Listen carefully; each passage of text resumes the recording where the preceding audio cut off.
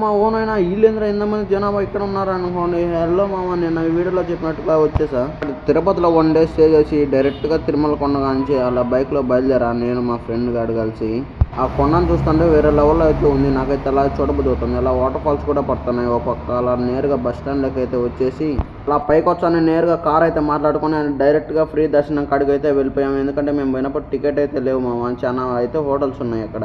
చూసుకుంటూ దర్శనం కాడికి అయితే వచ్చేసాం. మొత్తానికి చూడండి ఎంతమంది భక్తులు అయితే పోతున్నారు ఫ్రీ దర్శనానికి. ఆ తర్వాత చిన్న ఇలా చేరిన తర్వాత మొత్తానికి గేట్లలోకి అయితే దొబ్బేశారు అందరినీ. అలా దొబ్బిన తర్వాత ఒక్కోసారి అందరూ అయితే పోతున్నారు. పాపం చిన్న కూడా భలే నలిగిపోతున్నారు.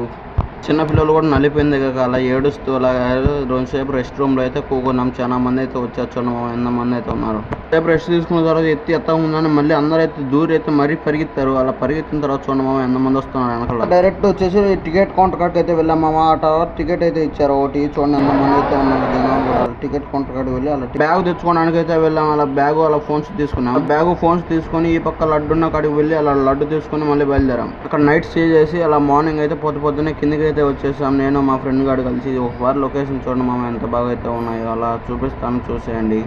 మామ లొకేషన్ చూపించాను కాళ్ళు చూపించాను అనుకోని మా వాడు బైక్ అయితే కానాల మామ. అలా బైక్ కోసం అలా ఎత్తు తర్వాత మా బైక్ కానొచ్చింది. అలా టికెట్ తీసుకుని అలా బ్యాగ్ అయితే పైన పెట్టుకొని నేరుగా అయితే కిందికి అయితే బయలుదేరారు. చూడండి పొద్దున్నే లేచి ఈ స్వామి కాడికి అయితే వచ్చేసాం. అలిపిరి కిందికి అయితే వచ్చాం. లైక్ కొట్టి స్టార్ బైక్ వచ్చి కపిల్ బైక్ సబ్స్క్రైబ్ చేసుకోండి మామ.